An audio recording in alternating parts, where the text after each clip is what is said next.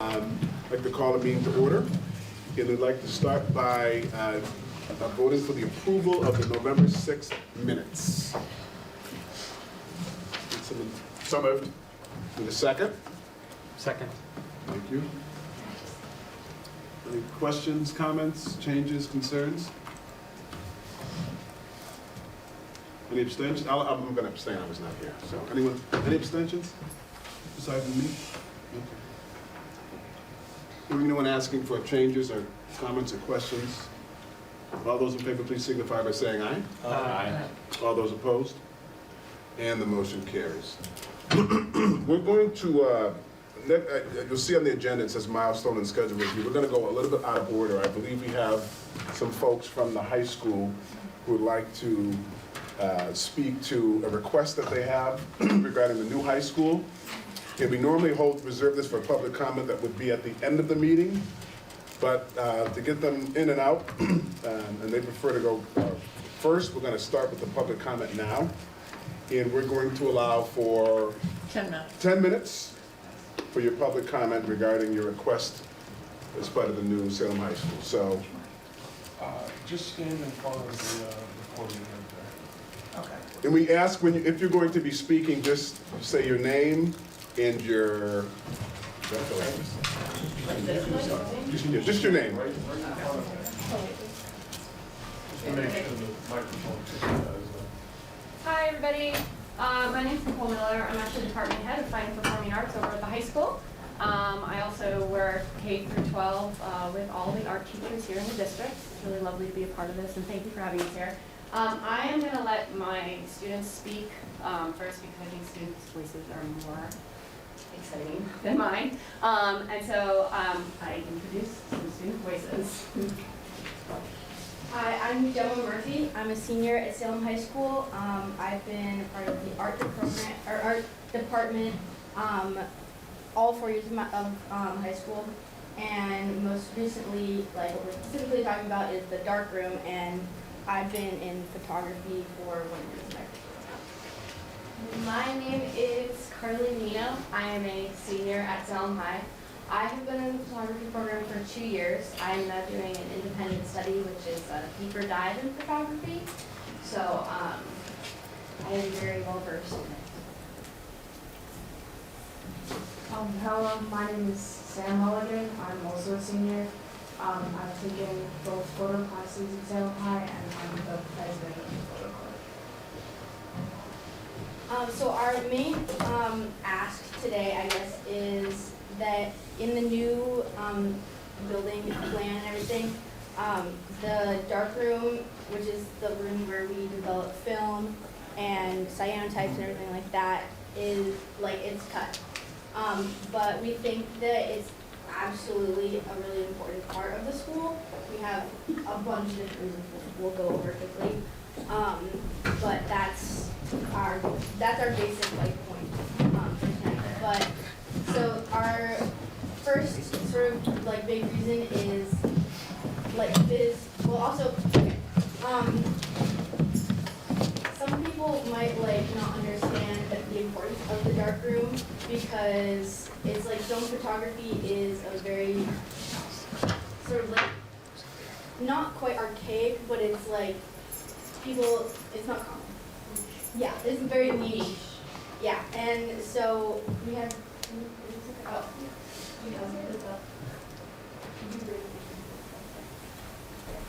We have a couple examples of things that are made in the dark room, and so basically,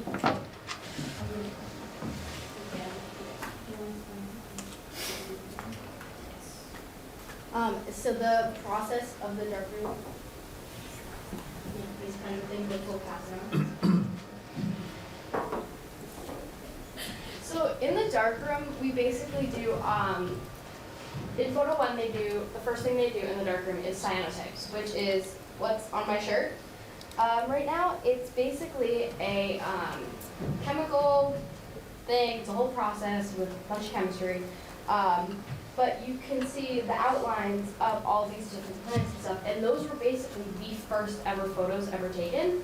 A woman discovered this, and it's very important, and we teach it in Photo 1, which is really amazing. And so Photo 1 students learn the basics of photography and the beginnings of it, which is really cool. And then we move on to pinhole cameras, which is the first ever camera, which is really cool because we take pictures in it, and it only takes taking off this little magnet right here to take a picture. We leave it for 15 seconds and you have a picture. And then we go in the darkroom, use all the cool chemicals and play around with the chemicals and have a picture, and it's so cool, and you can hold it, and it's not digital, which is another thing. And then we do, we take those photos, which are negative prints, and we make them into positive prints using the equipment that we have in the darkroom. And after you make your positive photo, students move to Photo 2, where they learn to use the film cameras. And the film cameras are really important because you're learning the processes of the beginnings of photography. There's a lot of aspects of photography, of digital photography, that I wouldn't fully understand if it weren't for the film photography, which is all hands-on. You have to automatically do all the settings yourself. There's no manual mode like on the digital cameras or on your phone, where your phone does all the things for you. So going through and like editing your photos is a lot more difficult when it's an actual piece of paper. And we can do all those things in the darkroom. And it's very important because students really love the darkroom. So many times I've been in classes because I sit in on other photo classes because I just love it so much, and I'm in the photo room all the time. And it's just everyone loves doing the cyanotypes, everyone loves doing the pinhole cameras, everyone loves doing the film cameras because they feel like Spider-Man with his little film camera. And so it's really important to a lot of students to have the darkroom. Yeah, so there's a really like wide and complex variety of things that we do in the darkroom, and like importantly, the darkroom is not a huge space. It's not like anything crazy. We don't need any new equipment or anything like that. We just need a room that doesn't have any windows. It just needs to be lightless so that it doesn't expose the photos before they're ready. And we don't need any sort of, like all it needs is a sink, basically, and no lights. And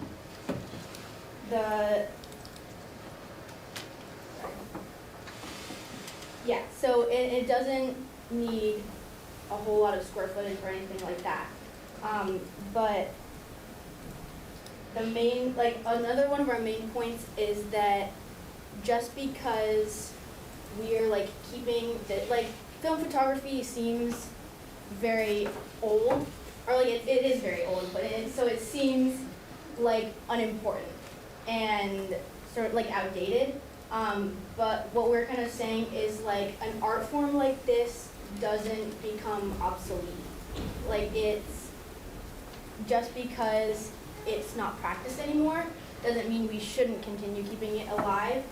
And not only is it good in and of itself, but it also really digital photography really benefits from being taught in tandem with film photography, because like Carly was saying, there's a lot of like aperture and exposure and everything like that. There's a lot of skills that sort of double up like that, and you really get students get a deeper understanding. And then another thing You is have that 2 more minutes. Okay. I'll give you 2 more minutes.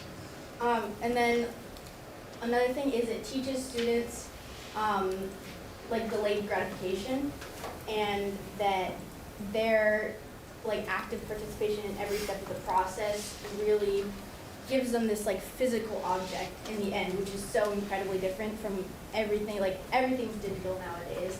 And this kind of like really hands-on and like personal process is what a lot of students really love about it. Can I jump in and say? I just want to say, I'm going to have to speak real quickly because I know Ms. McCarthy, your teachers, want to say something. I think what these students are advocating for and what is important is it's not a technology that's going away. When the camera was invented, the artists were all afraid that they didn't need to know how to draw anymore, right? And that's proven itself to be not true, correct? And my father is actually a big in the advertising field, so like GMC's his client and a couple other people.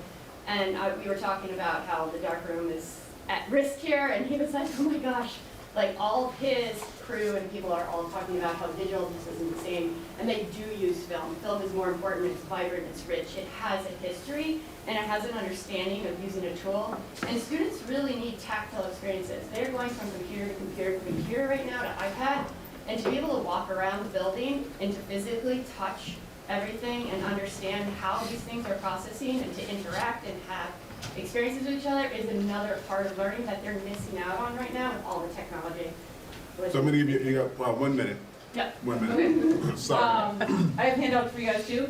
I'm Krista McCarthy, the photo teacher, and obviously I love the darkroom and I love being able to teach to my students, but this is more than me and it's more than even just them because it's really for the future of the students of Salem High School. It's an opportunity that probably a lot of you guys got to experience, and it's not nostalgia. It's a part of modern STEAM education. It allows the kids to be hands-on, like we were saying. And everything in education is cyclical. For a long period of time, home ec got phased out, right? Home ec, culinary, all of that. And the culinary program at the high school is one of the most requested programs. So many schools have gotten rid of their culinary programs in home ec, and now it's all coming back. Vocational was out for a long period of time, everyone was getting pushed towards college, and now it's all coming back. It's the same thing with the darkroom. A lot of schools that have gotten rid of their darkroom are now wishing that they still had the darkroom. It doesn't cost much to build a small space, but it's a huge loss in the curriculum and in the education and in what the students can actually learn in the future. And so allowing kids to not have that really will affect their education in the future. Students really understand things so much better from being able to connect with it. And if we build the darkroom, students are going to use it. If we eliminate it, we're losing an irreplaceable educational tool that we currently have that draws people and draws students to Salem High School, and it's the most requested art class that we have. I'm gonna have to end right there. Thank you. Appreciate it. Thank you all for coming. Thank you. Thank you so much. You're welcome. Appreciate your passion.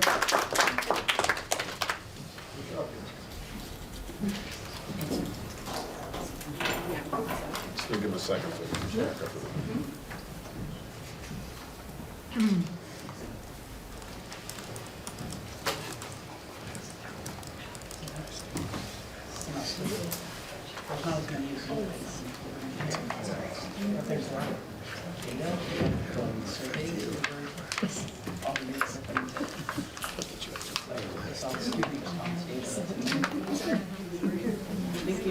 Thanks again.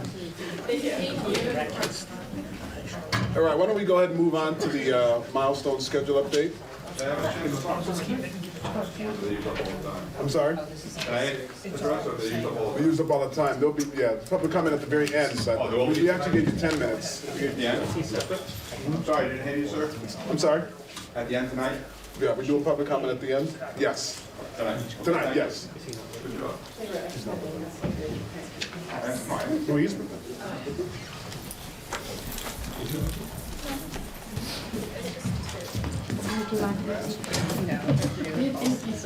Thank you. Thank you.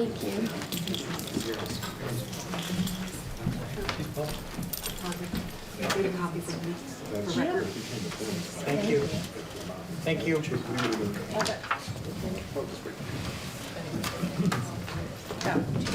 Okay, Okay, I'm ready. go for it. All right. So can you dial up? Okay, so I feel like I'm being very lazy sitting here and talking about this, but you guys have seen this so many times. I hope that you probably know what it represents, which is that we are moving across the board, so to speak. So between us and the end of the phase, we just have a month, not even a month. So we're lots of stuff going on. We've got the estimates going on that SRP is working on. We're also starting to pull together the project budget, which we're going to spend time talking about tonight. And what I've added to this agenda, which is actually our next real milestone, is we have put a pin in May 5th as the local debt exclusion vote. So as we move into the completion of the submission to the MSBA, I think we're going to be talking more about what happens in the spring, but for the moment we have a pretty full agenda just to walk through the budget. So if we go to the next slide, this has actually gotten simpler as time has gone by.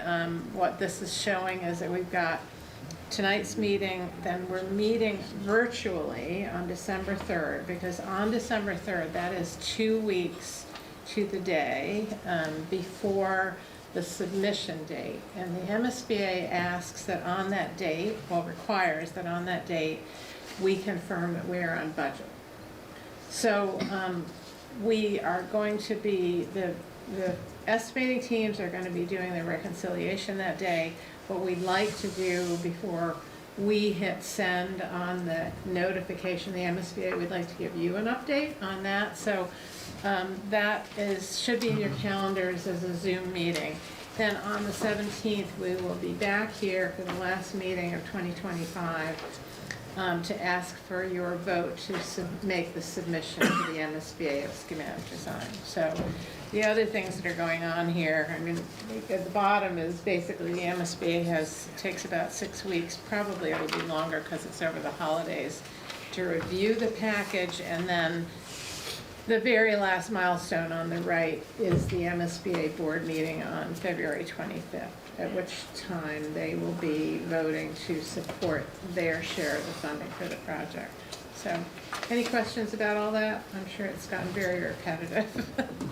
But we're coming down to the deadline. Anthony. So. I'll just point out, currently the website says our next meeting is Thursday, December 3rd, and doesn't have the next 2 meetings after that, so. Okay, we can get that on there then. Chris is not here tonight, so we're gonna make a note of that. Great, thank you, Anthony.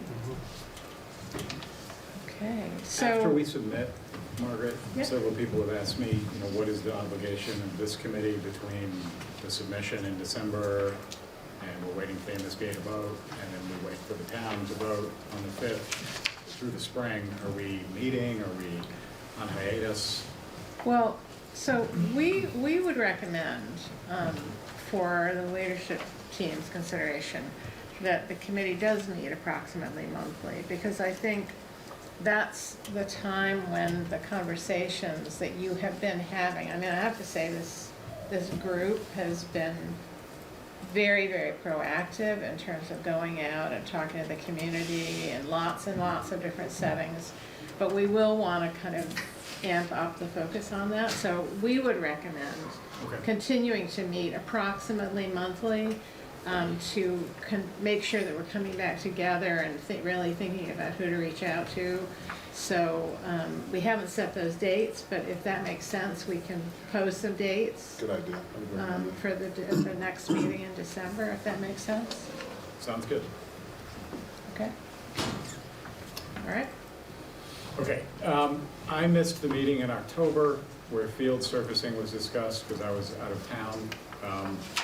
Having read the meeting minutes, I felt like it would be prudent to test the assumptions we had made around needing to go to artificial turf.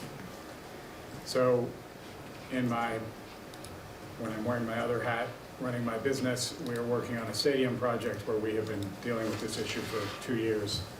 And we're in construction. So I used a tool, if you go to the next slide. Maybe that's in a couple. Okay, so just to recap, the current SE package indicates artificial turf at all new field locations at the high school. The HMLS field, after the geothermal is installed, would be reinstalled as sod. So that's the baseline assumption in the drawings and in the specifications at the moment. So in our research for the project I've been working on, our field consultant referred us to this, the articles at the bottom there. a researcher from NC State University, natural turf that's irrigated and well-maintained, the maximum is 1,000 hours of annual usage without risk of turf loss, field damage, and increased injury potential. So when you use the field for more than 1,000 hours in a year, you're putting all those things in jeopardy. And so the next slide, and this is going to be small, but we did send it around to this group. That graph on the right, or that chart on the right is a tool that we were using in our project. I worked with Riley and Riley Christie, the athletic director, and Principal Burns to kind of flesh out everything that they thought would happen on that field over the course of a year. Then those things get weighted. So football practice or men's soccer is different than marching band practice on the field in terms of the weighted average, how much it impacts the turf, or the artificial turf or the natural turf. So the weighted average was about 3,000 hours of usage annually. Now you could discount softball from that because that's on a separate field, but on the main fields up at the high school, say 2,700, 2,750 hours, which is far more than would be recommended for a well-maintained natural turf field.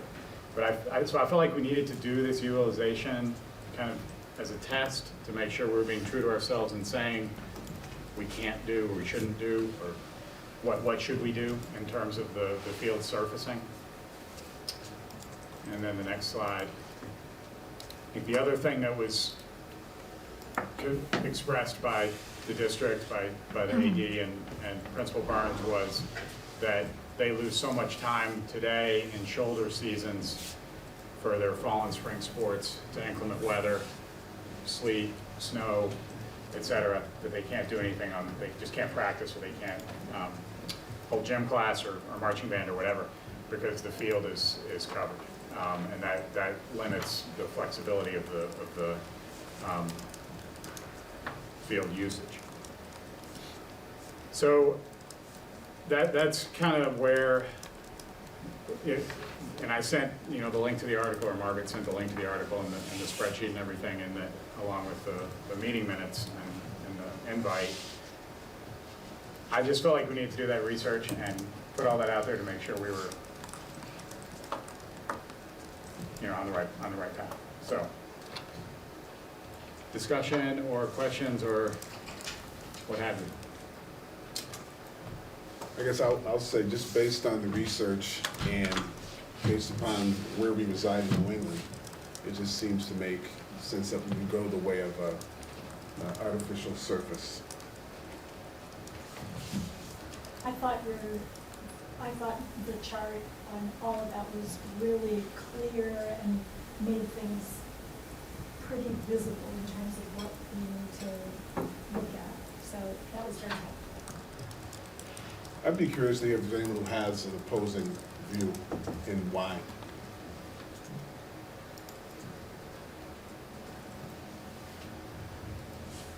Please. Yeah, this was. And not to put you on the spot, it's really just. I mean, it's not that I oppose it. I think I was bringing up a bunch of issues that I think need to be discussed when we're talking about this. I'm aware of all the sort of advantages, and you go around and lots of people have, schools in particular have turf fields. But I think some of the issues I brought up are very critical and need to be discussed. And I think these are things that the city needs to really think about long term. I didn't have time to get slides together, but because I just found out about this when the agenda was posted. I've been doing this, working with city and town for 35 years, and I have seen maintenance is always sort of given short shift, right? So you can sort of put it on the capital cost. In the city, right now, unless this is changing, the city pays for capital cost. Maintenance cost is supposed to be paid for by the school. In many places, of many state agencies, many cities, what happens is, and many clients, is that, of course, with constrained budgets, you're going to always choose student and the visible things. So maintenance gets discarded. You don't maintain a boiler, it has to be replaced. Who pays for it? The city, not the school, right? And this is not purposeful. It's just what happens in many different situations. So basically, we have not maintained, and this the truth, and I don't blame anyone, but this is the fact. We had roofs that were 10 years old that were not inspected and fixed. The warranty is void at that point, right? So if we do not maintain this, turf fields need to be completely rehauled at a certain number of time, which is a huge capital cost that falls on the city, right? So these are some of the points. The other points are, we have built, you're putting out this usage here, but already the school is using fields somewhere. We have spent, as the city, millions and millions and millions of dollars on fields that the school uses. And maybe these aren't the right fields, maybe they need to be better, but you know, we're already utilizing other fields. So these are investments that the city made in the school systems and for the students. And we have to think about that is already still being paid off by taxpayers. So, like I said, I'm not opposed. I fully understand why it's important and the turf fields are used. I think this trying to be natural and right next to Salem Woods, to have particularly that upper field go turf, right around with wetlands, right next to the Salem Woods, sending a very different message. The lighting that has to be for these fields already, either way. I think, you know, I would love to see us really think about what is the maximum, how are we integrating the natural environment into this, not just the fields, knowing that we have fields across the city. And I know that the city, the schools would probably prefer to have their own, and I assume maintain their own, and pay for the capital costs of repairing their own. But, you know, we also have to ensure there's no lead, PFAS, phthalates, or other plasticizers used in this. These have been used, and I know, I think Perkins Will brought up some really, I'd love to see some of these other things that are used, but these are all things that when you're talking about children in particular, and that age, these things are absolutely not acceptable to be around this age. There's no way you're getting around microplastics because it's made of plastic. And so we have to think about not only the drainage systems. I helped work on Bertram. The drainage systems from these artificial fields is intense. We're going straight into Forest River. Forest River is one of the only natural rivers we have left in Salem that hasn't been paved over. And so we need to think about how do we mitigate microplastics getting into the water? How do we mitigate the drainage, particularly knowing that climate change, this part of Massachusetts is expected to get much, much, much more heavier rains. And minimum turf is possible. And so I just, like I said, I'm not opposed to it. I just would like a discussion, a full discussion about this and what it really means. And I think it's also critically important that we think about, I've been saying this since before I started working for the City of Salem, when I worked for the City of Salem, and now in the committee, we have to talk about maintenance. Everybody loves talking about a new building. Nobody likes to talk about maintenance. Part of the reason we're in this condition, where we are, is because, and no fault, it's many generations, many different, I've seen it all over, but the buildings weren't maintained. If you ever saw Bertram Fieldhouse, it was not maintained, right? So we have to, this is going to be a wonderful facility. We have got to maintain it and not put maintenance as an afterthought, regardless of what kind of turf we have. So this is critical, and maintenance budget needs to be included and thought about for the city council, the school budget, and that we have to, because otherwise it's going to come back to the city taxpayers if we don't maintain this school, we don't maintain this turf or grass or whatever we're putting out there. It's going to come back to the city and the Mass State School Building Authority to fix it, and that's critical. And we have, for too long, once again, students, teachers are always, when we have to make a choice between maintenance and students and teachers, we go that way with constrained budgets, and I know how hard, and the teachers deserve more salary. There's so many constraints on the budget, but maintenance has for too long been ignored, regardless of what kind of surface you put out there. You can't just sit back and say, oh, we have artificial turf, it's not going to cost anything to maintain. Oh, well, yeah, in 10 years we have to completely replace it. We have to think about this holistically, and we really do need to think about the chemicals and the other issues that can arise with artificial turf and the increase in injury caused by it, because it's a harder surface that students play on. So to put myself out there, I apologize I didn't have a chance to really organize my thoughts, but just wanted to put that out there as issues that I think are worthy of discussion and really getting into more. No, duly noted. To Jen's point regarding maintenance, and we already have an artificial turf field. Is there any way of knowing how often that field has been maintained to date? And you're talking about these fields being under warranty, and it's important to do that maintenance. Do we know that Bertram has undergone that maintenance as well? So That was I just a question. think I was hoping to actually ask Z that question tonight because I think he's the person most likely to know.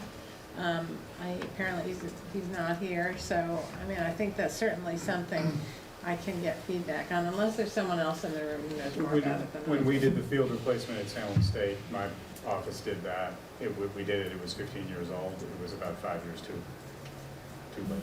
So you will be looking at a replacement. Now, I mentioned the project we're working on that we used that chart to develop the utilization analysis for. That's estimated to be about 1,800 hours of usage. They elected to go with natural grass because they need it for the soccer team. They're spending about $6 to $8 million on a sub-air system that puts air underneath the field. The whole field is lifted, and they can drain the field in 5 minutes. Just pull the plug, and it goes down into this drainage system. They can heat the field to melt snow. The maintenance for that, and they're planning for the maintenance for that, is incredibly expensive annually, and they're planning to completely strip and resod the field every year. So I was not planning to propose that. The other because that alternative. is way beyond the maintenance budget, and probably the capital cost budget for this project to get all those systems in place. So Well, let's say our kids. I won't say you can't do a 1,800, 2,000, 2,500 hour usage field that's natural turf, but you gotta pay. And they're, even with all of that, and like the maintenance crew that's gonna be dedicated to just that field, they're still planning to strip and resod it every year. And the other, just wanted to put, for the Bertram, I know when I worked there, I think it had been there for about 7 years, they have not maintained it. But I believe that they have now had some budget to get the vacuum or whatever the machine is that uses it. So they basically voided the warranty because they have not maintained it in the years they had it. So that's the kind of thing I'm talking about. And unfortunately, whether it be solar, geothermal wells, building, you build the building, they train them, they walk away. We need to ensure that these contracts are all in place and the budget is all in place prior to this being opened. And even we can start talking about incorporating a higher budget for Salem and maintenance so that it's not one big hit when this opens, optimistically that we get all the bond funding and everything, so. Elizabeth, do you know the answer on that? I don't know the answer, but I'm happy to run it down. I mean, we have invested in Bertram, I know, over the last few years, Yeah. the track, and I believe there was a replacement of the turf as well. So, we have the equipment now. I'm pretty sure Z will be able to answer more specifically the questions, but I do think we've been able to maintain what we have. I can't stress enough from the perspective of the district, just like, I worry more about the maintenance if we have grass fields than we do turf fields, because just in terms of keeping up with, we don't have a big grounds crew to be able to maintain the grass fields, and they just get chewed up and used. And I do think Salem as a whole, not just the schools, needs fields that are going to be used. I mean, this is not a city that has a lot of field space anywhere, and whatever is going to be available is going to be played on and used extensively. And I think it's pretty, from our perspective, like it makes, I'm more worried about our ability to maintain and grass fields, and our ability to be able to ensure that our teams are able to compete, especially the longer that the swamp season goes, especially in the spring. These fields are in really rough shape. So, and we're limited by the fact that we only have one field. There's equity issues all over the place. Because I want all our teams, boys and girls teams, to have access to turf fields. And there's, the football team. It's not just the football team. that needs access to the field. It's all our teams, and so we feel strongly that it should be turf. I appreciate Jenna's comments, but from our perspective, that's what we'd love to see. And I just, one more. Sure. I just want to say, I'm not sure what the vote is for, but I do think, I don't think, being in Salem and having worked, there's a lot of focus on fields, way more than there was ever focus on buildings. This project is a building project, and I think it's important that we have things like art and athletics, right? We're cutting dark room, but we're adding in tons of fields, right? When we already have tons of fields in the city. I know you can debate all the numbers, but we do have a lot of fields. I think it's important that you remember this is a building project first, and not to let the building project be, the cost of the building is the most important. We can always do new fields or change that later, but the building is going to be very hard to change later. So, it's important to focus on the building, and I don't want to sort of tank the budget. Not that I would tank it, but overtax the budget and the bond override for taxpayers when the focus should be on the building, not the field. So, not that fields aren't important, but that is something that can be addressed at any point after the project. Oh, go ahead, Anthony? So if I'm searching correctly, we appear to have spent $2,500 this year on cleaning the field. I don't see any other maintenance items on the field itself. There's stuff for the track and other things. If I'm searching correctly, that's what I'm seeing. Other comments? So, with all due respect, there's been hundreds of hours of both Perkins and Will, the architect, their consultants, members of this committee, who have spent looking at the program, understanding what happens in the school on the education side, and being able to sort of put together a reasonable and very responsive program for education in the school, of which also athletics is a critical component of that. So it is a school and it is a school building, but part of the education and part of the education in Salem has to be balanced between all the educational pieces and athletics, because it is a part of education of high school students in this community. So I just want to make sure this is a public meeting, so it'll go out to the entire world after this to make sure that it's understood completely about how many thousands of hours have probably actually been dedicated to the educational, and I put that in quotation, part of this building. So it's not the dark room versus the field. It is comprehensively looking at all the components of this project and trying to balance both what it costs and what it provides for the students and faculty and administrations of the school system in the district. You'll see on Riley's chart, I left a bunch of empty lines and he added things I had no idea happened, like ROTC or PE classes or ultimate frisbee or pep rallies, or I can't read it all from here, but he added a bunch of things that are athletics adjacent, I guess, or club or general recreation or academic in a sense, because it's physical education classes being taught on the field. So it is very multi-purpose. Anthony? I'm amending my earlier comment. It was $5,000 last year, $2,500 this year. And Megan had her hand up. Sorry. I just had a general comment or question on what the expectation for tonight is with the vote. I just feel like there's good information provided on both sides. I definitely don't feel like this just honestly just makes me have more questions that I'm sure a lot of people have answers to, but I just haven't been part of those conversations. Just like all with the programming that's going on, and I feel like there are a lot of these decisions that are going on that haven't been brought up for a vote at this level, that I feel if we're voting on something like all turf or no turf, I would definitely want more information, and I don't know if that's necessary also. So I'm just curious what the expectation for the vote. Is there anything in particular that you would need? I mean, I'm wondering about budget, like what's the difference between the two at implementation and then also maintenance, the comparison of those.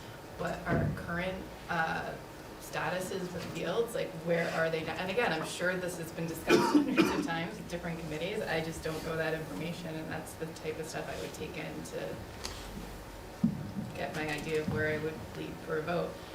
I understand the usage part, having a kid that utilizes it for marching band, and they're often wanting the turf field so they don't come home covered in mud when they roll around in the grass. But I don't understand like the bigger picture of it and what our current like book of business for fields in the city. Pearl, oh, do you want to come up? Pearl, Go ahead. Will the horseman field also be available to some extent for high school? As it is after today. school activity? Right, and that's an actual change. yes. Thank you.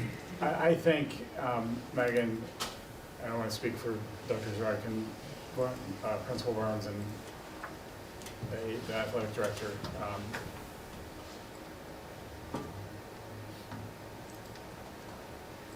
This would completely change how they use the fields for athletics and transform the experience for the kids. They would have a much longer season in the fall and in the spring, and there'd be much less competition. I hear you, Jenna, that there are a lot of fields in the city, but, you know, how late, Megan, are your kids doing marching band because soccer's on the field or somebody else is on the field?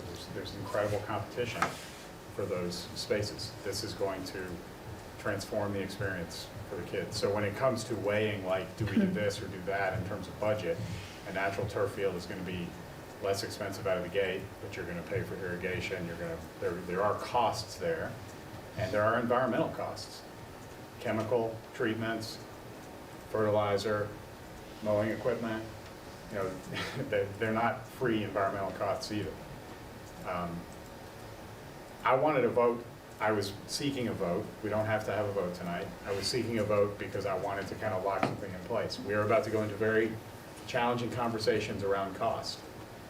Oh, I haven't seen any numbers. Having been through this before, I'm anticipating we're going to have there's going to be push and pull. And I wanted to get the will of the committee to understand where the will of the committee was on this. But we could do the vote. We could say, let's do the vote, and then agree that we'll revisit, you know, the environmental concerns, which are very valid, that Jenna has raised in the subsequent phases, and figure out, you know, how to solve for it with artificial turf that addresses those things. Or we can just defer the vote and not vote. I'm not going to die on that hill. Good. What's the actual vote? Like, is the vote to support X number of turf fields? Like, Yes. Do we know a number? That they would, as in the drawing set today, they are turf fields. Other than Is it like 5 other than fields? horsemen. Like, No, it's the softball field. Why don't we pull up the site plan so that we can be more specific? Can you do that for us, don't Brooke? know. Is Level it, of yeah, detail. so I think, I mean, I don't mean to speak for you, but I think I can understand your perspective. So the point is whether this committee has enough information and enough expertise to vote for a turf field or not. Because the discussion could go on for lots and lots and lots of hours. But the people in it here are not the people that have the technical expertise. So when you put something for a vote, and if you're voting your conscience, you can say whatever you want. If you're voting on the basis of data, it's hard not to look at that data and say that it isn't turf, but there are other complexities that this has. Personally, I think I would prefer the consultants who are experts at this propose what they think is the right thing based on some of the information about the field uses that they've gotten from the district, and that they should propose what that is. And, you know, we don't ask them how many bathrooms there are. We don't ask them, you know, we might be asked about what kind of bathrooms there are. Maybe we won't, maybe we will. But, you know, there are infinite amount of decisions that get made that don't require a vote of this committee. Personally, I think this does not. It doesn't rise to that level. I think if it's trying to figure out how to placate a individual or individuals, then I think that's also another reason necessarily not to vote. So I'm in favor of not voting and letting the consultants sort of be guided by what the district wants and needs for their students, and be able to sort of bring their experts to make sure that, one, it's safe, that it's the proper materials, that it drains well, and that its maintenance will be as simple as possible, but not completely not maintenance free, cannot be maintenance free. So, Megan, it is A, B, and C there that are in the drawing set today as artificial turf. And that has gone, those types of fields have sort of gone through many iterations on the basis of input from various people in the school. Is there a sense of urgency in terms of when a vote needs to be made? No, I think, I said at the last meeting that, and I'm sticking to this, that we should, in all ways right now, be making conservative choices about what we price, because it gives us flexibility for things that happen in the future. So right now, we're pricing this, as those films that, the fields, the A, B, and C fields are being priced as synthetic turf. Horace Mann is being priced as grass. And I stick to that recommendation for here, because it gives us the opportunity to kind of reevaluate it. I will say, and this may be stepping a little bit out of my lane, I honestly think the questions that Megan is asking are to see other information about, seem completely legitimate. And I'm also, I think Rick is doing an admirable job here in sticking up for Glenn, who was a major driver of this conversation, and Riley, who was a major driver of the conversation. And Steve is kind of standing in for them on their perspective. But this is really coming from the school. I also want to recognize that the issues that Jenna is bringing up are not the issues of just an individual. They're the issues that were raised in the sustainability visioning workshop that we had. So I would, and this tonight may not be the night, I'm very interested in hearing, Paul, to your point, hearing from Perkins and Will about how they mitigate the legitimate environmental concerns that are being raised. So that may be all too much for tonight, because it is not, there isn't action that we need to take tonight. I move we don't make a motion. Jenna had her hand up. I want to reiterate, placating an individual, I think, is I'm here representing a variety of points of view, but I do represent also many people in Salem, presumably. But I do talk to a lot of people, I have a lot of experience, and I am, like I said, not placating, trying to ask questions and have those questions addressed and talk through the cost impacts to the city, which I think would be everybody's, including the maintenance cost and the first costs and the bond costs on the first cost and the replacement costs. All of those are important to most taxpayers and citizens of the city. So when anybody brings up in this committee a point of view, they may be reflecting some of their own, but they may also be reflecting a lot of conversations and their own professionalism. And so I don't think it's fair to because I'm willing to voice some concerns and don't necessarily agree with everything, does not mean that, one, I think that the architects haven't put a lot of thought into this, but I do think it is important to discuss. The budget is critical for this, and it is important, and is the one thing, the biggest hurdle that we're going to have to come over, and we have to be confident in our decision of why we're putting forward a cost and what we're putting forward, and that the city is going to be able to maintain this. It's very important, and that we should be confident in our decision as a school committee. I'm sorry, I didn't mean to cut you off. No, I'm done. Appreciate your comment. So I just want to be clear, if we're going to table this, I want to be clear of what we need, what folks need in order to make a more informed decision. I think I heard from Megan maybe budget, or maybe it was Jenna. Well, life cycle costs, Mm-hmm. a key one. Where the fields are in Salem is the second one. Megan, the other thing you asked was about. It was like implementation costs and then maintenance costs, so I'm assuming that's. Okay, so sort of what I would call Yeah. life cycle costs. What like the current field status is, so like do we go to different fields to utilize this versus what the proposed state would be? And then just the difference of cost between the two, turf and natural. I think that going to other fields is part of the biggest issue. Yeah, that they can't walk out the door. I could, just speaking personally, you've heard me say this in the past, but you know, it's often the AD would call when I was at Salem State, they would call our AD looking for usage of the baseball field.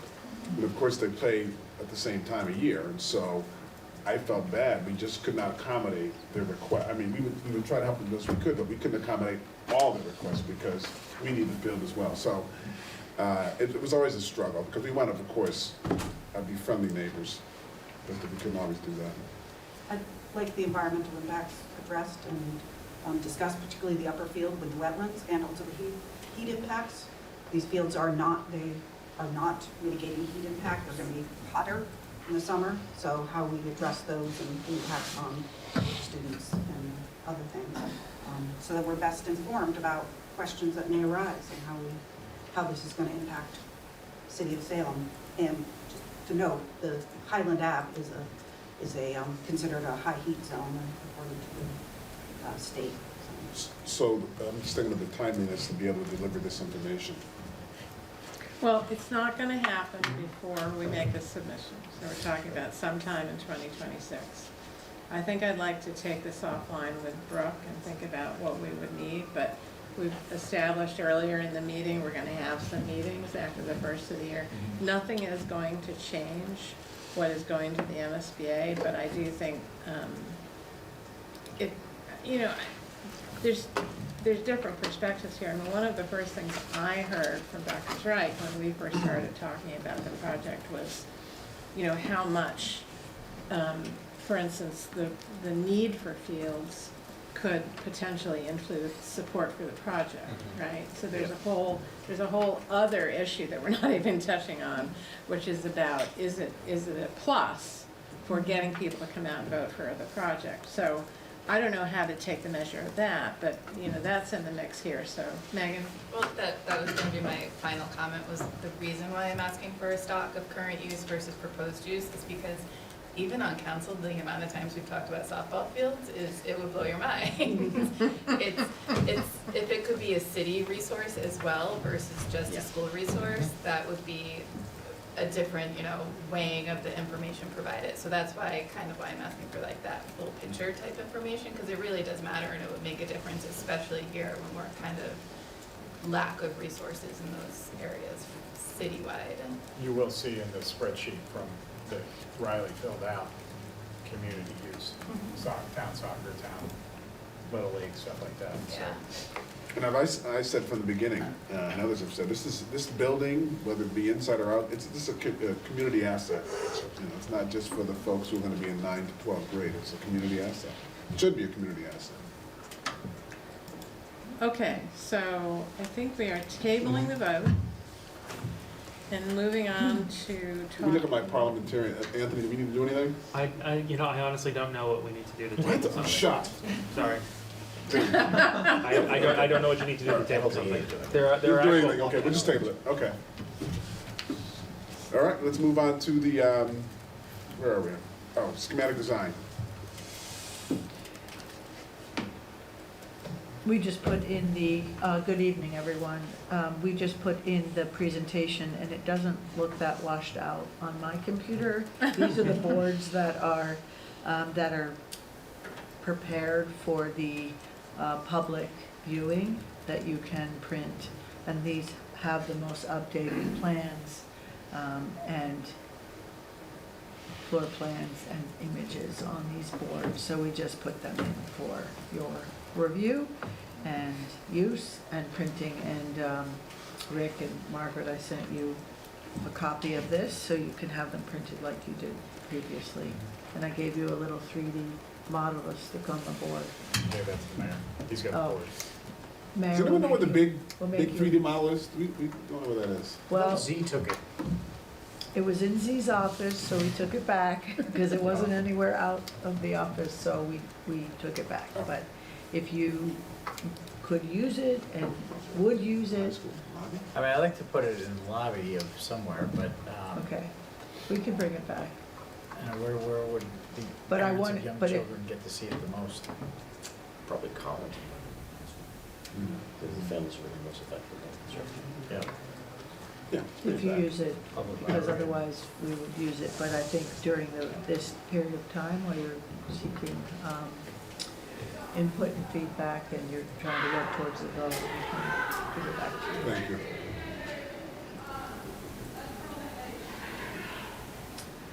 All right, well, this very difficult to read slide,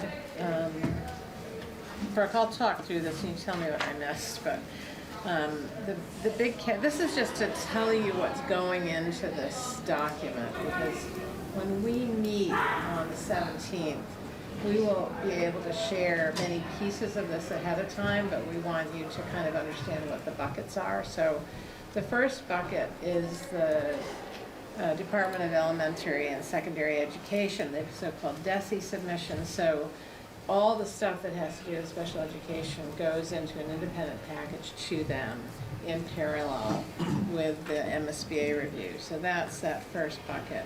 The second bucket is the schematic design binder itself, which has mostly recaps of all the things that we've put in before. So we're pulling stuff in that is on, the design team is pulling stuff in that's everything from the update to the educational space summary to updates for security and visual access requirements. So for instance, we've been downloading from Z and from Lisa security and other requirements that we need. So that's a package.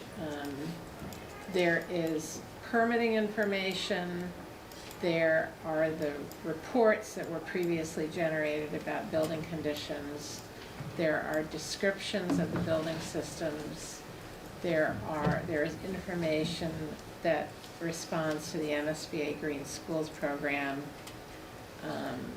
There's a whole grab bag of stuff. So the way in which I would say this is different from the previous submissions is it's all drilling down and focused now on this option, and is articulating that. So it's quite a bunch of stuff to do. And then the schematic design drawings, which we have shared, and Brooke, there are 170 drawings?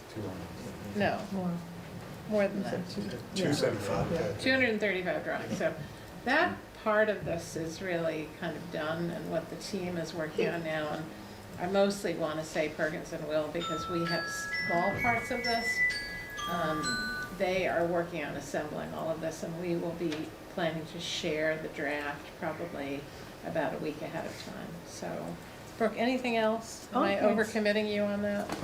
No, the only thing I'd say is the DESE submission was sent today, so it's in the hands of some of you for review and the cover letter, and after that's done, we should make that submission. So those who require reviewing it, please forward it to those who require review of this document. Did you get it, Margaret? Yeah. No, we're busy putting together these thousands of pages of books and documents and writing and answering questions from the CM team. The other things that have happened since the last time we saw you, so we had a good meeting with, that was led by Perkins and Will's security consultant. It was, I would say, making sure that everybody was on the same page. So we had fire department, police department, the district, security folks. District has this great security consultant who participated.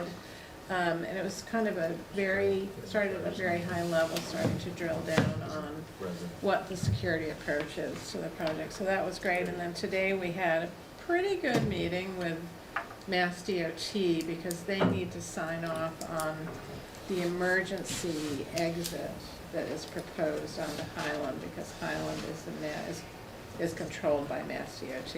And although they were a little fussy, I would say it seemed okay. Not just emergency access, but potentially delivery exit. Well, they didn't love that part of it. They didn't love it, but they didn't say no. They just They didn't said they wanted to. But if they said no, and they said yes to the emergency exit, we would still be in good shape, so. So I probably should know the answer to this, but I don't. The emergency exit, is it something that is required by MassDOT, or is it something that we feel we need? I'll have Brooke Okay. show you on the site plan. feel that it would be beneficial to the site to have an emergency access in this location. And there are ways to do that electronically now. Can everybody see where she's pointing to? Oh, I'm sorry, let me get my fancy highlighter, my laser pointer. Whoops, oh, it doesn't let me do it in the enlarged version. But right here, we have an emergency access. In addition, we, of course, have an access on Upper Wilson, Lower Wilson. And we just think it's the right thing to do. We explained today that the desire to have delivery trucks egress from the site is important for safety, because we would prefer them not to go back through the site. So that was really our position, that it would help alleviate a lot of large vehicles on the site, and it's a compressed site, and we're just trying to do the right thing for the campus. And I think at first it was rough, but I think they understood the position, and with the permit, all of that would be defined. Well, the couple of the people who came to the meeting were all wound up about how this project was going to make the intersection of Wilson and Highland worse. And then Brooke and Vanud went through the explanation, and nobody said what they should have said if they had been gracious, would be, oh, this will be much better. Well, when they were talking about that corner, I said, we're splitting this, we're actually moving a lot of the vehicles to the lower Wilson, and therefore the congestion in that intersection is reduced. So, and they also wanted to make sure that they're in feasibility, they're in a very early stage, and there is no funding for all of that work. The Highland work, they kept saying over and over again, this is totally unfunded, totally unfunded. So they didn't, which is, I mean, it makes it clean for the design team. It's like, we're gonna do what we're gonna do, they're gonna do what they wanna do, but at a much later date, so. I think they'll see the value and the implications to this, the positive implications to the site, to allow for delivery trucks. And maybe it's during certain hours to, leave the site in this location. So I'm gonna be optimistic on that one. Yeah, I think, the reason it's important is the MSBA is very particular about all the issues that have to do with interaction with other agencies in the state. So they'll definitely, this is something they care about, so. Okay, so now I'm going to talk about numbers. So this is not going to be, this starts with things you can read from a distance, and it gets kind of worse after that. But so total project budget. So I think if there was one thing I would want you to take away from this presentation tonight, it's that, on the budget, it's that our job, the OPM's job, in partnership with the rest of the team, is to make sure that the budget protects the city for the duration of the project. So that means that we have to establish a construction cost that looks down the line. We have to think of all the potential costs for fees and other services you may need, and we need to establish contingencies. So in this slide is the kind of that very big picture version of this. And I also want to say, I seriously considered rounding all these numbers. Please. Because they give you the impression when you look at them that they are very, very specific, and they are very, very. We're holding you to this. So take all the 3 and 4 digits on every number and round it to the closest number to think about how we might present it in a larger public forum. But so the big numbers to remember are, so we have a project budget, which is soft costs, all the services and construction costs.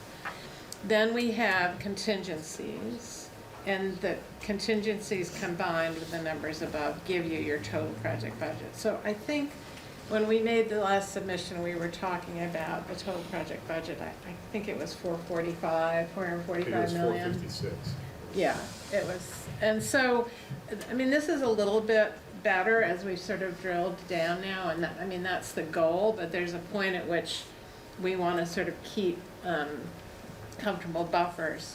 So on the following slides, I'm going to talk, actually go back for just a minute. I just want to talk about the contingencies, because these two contingency lines are really important. We have not had a discussion with SRP yet, but for the purposes of the discussion tonight, we use 3% of construction. I think maybe it could be less, but that's one of the discussions that we're going to have as they finalize their estimate. So, Jenna? Is that owner's contingency, so it's entirely, any contingency used will be approved by the owner? So so there's multiple contingencies here, but I think the construction contingency is for stuff that comes up in the field. It would be under the control of the owner, as recommended by the design team and the contractor. Soft cost contingency is if you need more services, but there is also, within the construction cost, there is also, because we have a construction manager, there is also typically a construction manager's contingency, which gives them some protection to allow them to pay for certain things within that construction budget. So that is for the next meeting, but those are the kind of big buckets. So I'm not going to put you guys on the spot, but that's one of the things we're going to want to talk about is the 3%. So, all right, so everything that comes after this is rolled up in that page. And I know you can't read this from a distance, and maybe you can look at it on your devices, but this organization here is modeled on, the MSBA has this gigantic, crazy spreadsheet that they call the 3011. And it kind of, it rolls up a bunch of numbers and then it does all these calculations off to the right. So this is, if you had that spreadsheet and you wanted to put it on one page, it would look like this. So the categories are, up at the top there's feasibility. So that is the appropriation that was already approved and that we're working our way through on this project. Then there's a category called administration, which is the owners, the big ticket items there are the owner's project manager services and what's called owner's insurance or builder's risk insurance. There's a category for design services and it's divided into two buckets. So one is what are called basic services and the other is reimbursable services, which are articulated over the side. So the reimbursable services are typically the things that are more project specific. So in this case, we've got things like photovoltaic design and geotech and site survey and lead services. So you roll all of that up, and I'm going to talk about the MSBA reimbursement on another slide. That's that bucket. Then there's a number for the CM at risk for their services. The construction number I put in orange because that's the number that we will be able to report more specifically to you about on the 3rd. For the purposes of doing this update, I just used the number we had for the PSR. Jenna? Are a lot of these numbers a percent based on the construction number or another number? Okay. Is there a way for you to provide that percentage in a? Yes. Okay. So, and if you if the construction costs go up or down, then exactly. Some of these will so go up. some of them, the big two that are percentage based are the MSBA caps reimbursement for the owner's project manager services at 3.5%. And so for the purposes of doing this, I just used 3.5%. It might be less than that, but it was kind of a way to illustrate for everybody how they work. The other number here is the basic services, which the MSBA caps at 10%. So those are the big ones that are percentages. And again, I'll talk a little bit more about some of these numbers on the later slide.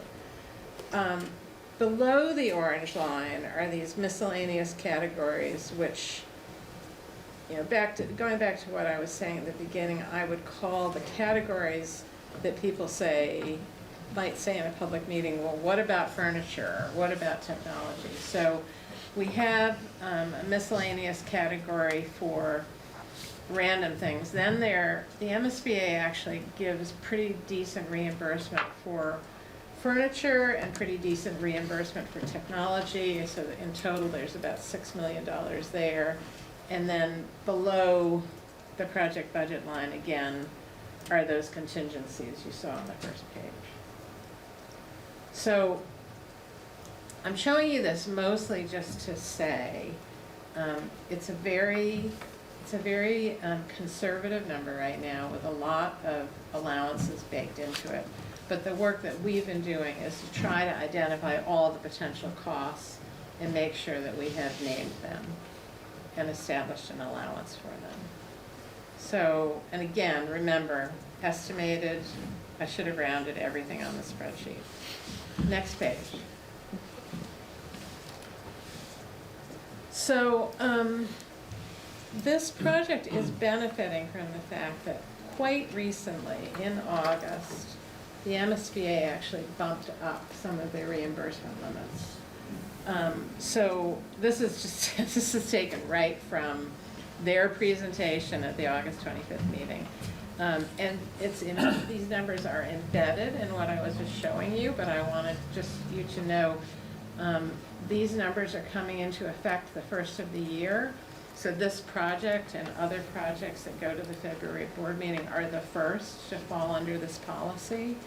So you can see, just to give an example on the first line, the fixtures, furniture, and equipment allowance they had, or reimbursement cap, was $1,200. It's now $1,915. That is a big jump, and it's in recognition of the fact that that market has changed a lot in the last 5 years. So I was really thrilled to see that. They also increased the building cost funding level. In total, it's $678. If you added the building number and the site number together, it's $678. And then the other things here are sort of smaller pieces. So, any questions about that? Okay, so now I'm going to talk about the reimbursement in a very big picture way. So, I think you may remember that way back at the beginning of this project, when asked about reimbursement, I said that I thought that a reasonable assumption at this point was about 50% reimbursement.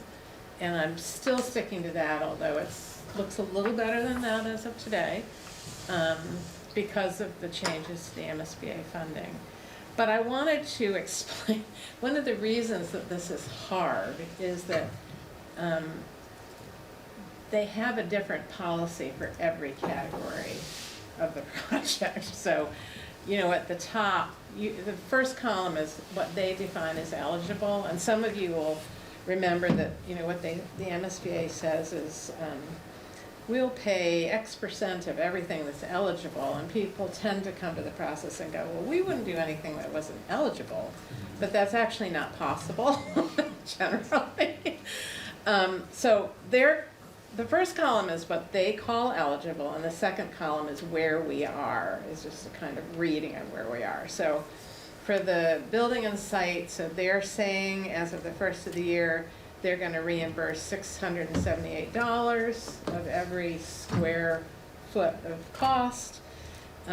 We're at 1,000. So you can see, there's a gap that's funded by the city. The building area, they have their template. If you're outside their template, those things are not funded. The OPM fees, pretty much covered, but they are excluding costs associated with values above the $678 a square foot. Down below, furniture, fixtures, and technology, and of course I plugged in the wrong number here for technology, but you can see that we budgeted $3,000 per student, which is going to be more than 50% covered by the MSBA. And then the contingencies, the hard cost contingency, which is again the construction contingency, they'll reimburse 1%. We're going to recommend somewhere between 2 and 3. they'll reimburse up to 0.5% of soft cost contingency. We're recommending 1%. So again, the goal in all of this is to be transparent, but I hope this will help explain to people why it's really hard. It feels quite dangerous, actually, to try and estimate this at an early point in the project, but we're now zooming in on having enough information for us to make a pretty reasonable estimate. Yes? That 38,000 square foot that's excluded, does that include the DESE determination of what the special ed program can be funded for? Well, yes and no. I mean, yeah, DESE needs to say, check or give comments or whatever, but for the purposes of this, I am assuming that all of the special ed spaces are excluded. Excluded. And they may be tinkered with based on DESE comments, but they're not included in that exclusion, if that makes any sense. Is that 38 a net or gross square foot? That is net. So it's 56, Yeah, something. right. That's not gross. But their calculation does that. I mean, the spreadsheet has this whole Machiavellian calculation going on off on the side. It's to give you a flavor of where the numbers are from. So any other questions about all of that? Yes. This may be to the side, but when we're estimating furniture and technology, I know the schools have invested a lot in some of these things. Is there any opportunity to save some of that and reuse it? Yes. I mean, if technology is good, it's good. And is that number included, or that's a conservative number, and then we can save off of that? Yes, this is a very conservative Okay. number, and we hope that this will go down. Okay. And we have a lot of information on the FF&E furniture, fixtures, and equipment reuse, because we asked for that in the surveys, and the technology will be asking for that. So I'd say this is a conservative number. This is a comprehensive high school, so there are more costs than a traditional high school. So we want to account for that.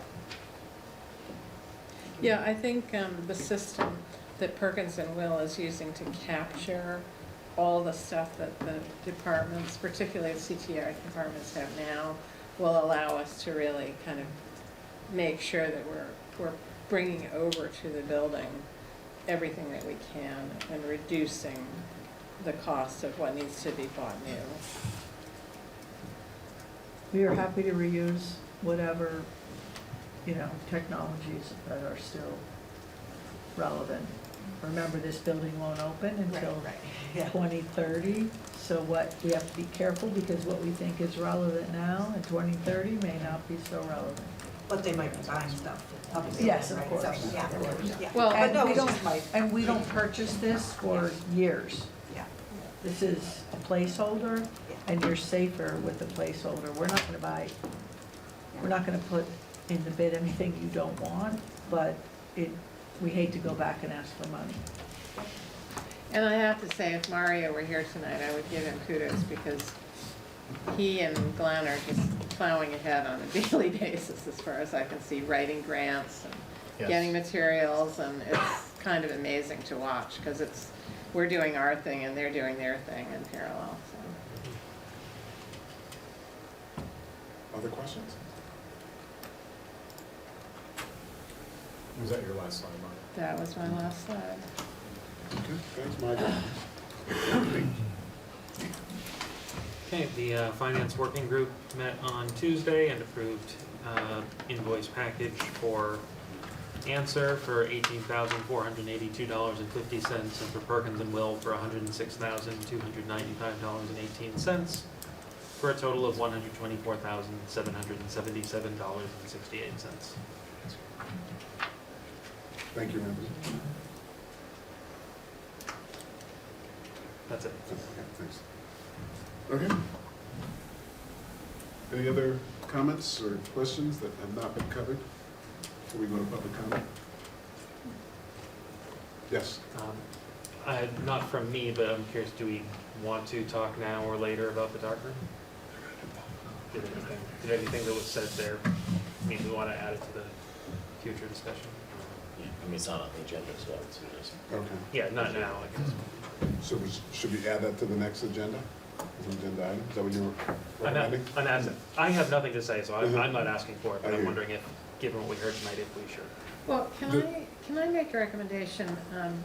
We can't, we will have a lot to chew off at the next meeting because we're gonna be looking at the estimate, the construction estimate, the final budget information, and the submittals. And we've already established that we need to have a conversation after the first of the year about the fields. So I would suggest that we kind of bucket those two things together and take them up. at once. Okay. And thank you to Paul. If you didn't see all the material that he collected, he polled, I think there were 10 principals and collegiate arts teachers about darkroom usage and new schools or what they expect from seniors who are, high school seniors who are coming to college. So there's good information in there on both sides of the discussion. So, public comment? Yep. Okay, thanks. Is your opportunity for public comment? Are we finished with Oh, I think we, future dates? I think, oh, Did you, No, this is, that's, that'll come after. all done. That'll come after. Yeah. okay. Yeah. I'll do- Go ahead, no, you go. All set now? Yeah, please. Just need your name, sir, sorry. Hi, my name's Ray Jerslow. I'm a resident of Salem for over 30 years. I'm a taxpayer. My son and daughter went through the whole Salem public school system from Bentley to here to the high school. My son's, I'm proud to say, is an aerospace engineer as a result. My daughter's in medical school as a result of that. What I'm here to discuss, I'm trying to find information on the new high school. Any mention from the Perkins Wills, I guess, is the design team or the people that you have in charge of consulting. I'm trying to find mention of radon mitigation. Has that been discussed at all? But I go to the website, I try to do the find search, and nothing comes up on the radon. And I figure we're gonna spend $500 million building a new high school. And according to that, I pulled up some stuff from the EPA. Can I read it? Sure, yeah. It's right here, you go to the EPA website, it's all about, radon could be a serious threat to your school. Nationwide survey of radon levels in school estimates that nearly 1 in 5 have at least one schoolroom with short-term radon level above the safe levels. And in 1994, they actually came out with the radon prevention and design construction of schools and other large buildings. The EPA ranks indoor radon among the most serious environmental health problems facing us today. After smoking, it's the second leading cause of lung cancer deaths in the United States. An estimated 21,000 people die each year from radon-associated lung cancer. You can't see, taste, smell radon. The only way is to test for it. And the EPA does offer free testing to schools. And the reason why I bring this up is we're going to, like I just said, we're going to spend $500 million, $500 million, let's say. And their design, if you go to the website, they have design features to mitigate it. Because I don't want this money to be spent and then all of a sudden we find out 5, 10 years down the road that it actually becomes law to test. Right now there have been several attempts to make testing in public schools mandatory under federal law, but they've been defeated. But if it comes down the road and they end up passing it, next thing you know, we're gonna have to be either ripping up foundations, ripping up solid floors, and disrupting everything. So if that could be taken into some sort of consideration with the building, that'd be a good thought, because these are our future. These kids, you have the students, the faculty, the maintenance providers of the school, and we should be looking out for their concern. Thank you. And one more thing, as far as transparency, I couldn't quite understand what was going on here at the thing about reimbursement for like chairs, say, or anything like that. I just want to get us, I'd like to see transparency in the millwork as far as what they offer. And that's the complete construction cost of like fixtures for plumbing, fixtures for electrical, fixtures for gas, whatever. I don't want to see them charging us $100 for a light switch that only costs $5. But I know like school out in Templeton, Mass, they spent $1.3 million on imported Italian marble for a foyer for that school. And that's just for the marble, because not the build-out cost. and I believe it was Wakefield High School, they spent $22,000 per bench, for 10 benches for a designer bench. And that, to me, we're all taxpayers here. For what? And as far as saying, oh, it's grant money or anything, that's our tax money coming back. And as you and as me, we should make sure that that tax money is being spent wisely. And other than that, thank you for your time. Thank you for your comments. Thank you. Okay, why don't we, future dates of the meetings, these, I think there were 3 up there, and I have 2 on the agenda. Did I see 3 on the screen? Yeah, well, please ignore where it says Tuesday on the first line, because that's actually a Wednesday. Okay, so it's Wednesday, December 3rd, not Tuesday. Yes, and it should be in your calendar, your invite. And then the 11th is the vote to authorize, and then the I chief. think Brooke is having a wonderful time with it. She is having a lot of fun with her. It's been a long week. Good for you. But I'm helping, Good for you. But the 17th is not a meeting, that's. It's not a meeting. In fact, I had Okay, it good. down below the line, but Brooke fixed that. Oh, I so. made it a bullet. No, circle it, or put a yellow line, do something. All right. There you go. You have to keep these meetings lively. Absolutely. All righty. Another informative meeting. Need a motion to adjourn. So moved. Second. Second. Everyone have a fabulous Motion to Thanksgiving. have a fabulous Thanksgiving. Have a great Thanksgiving.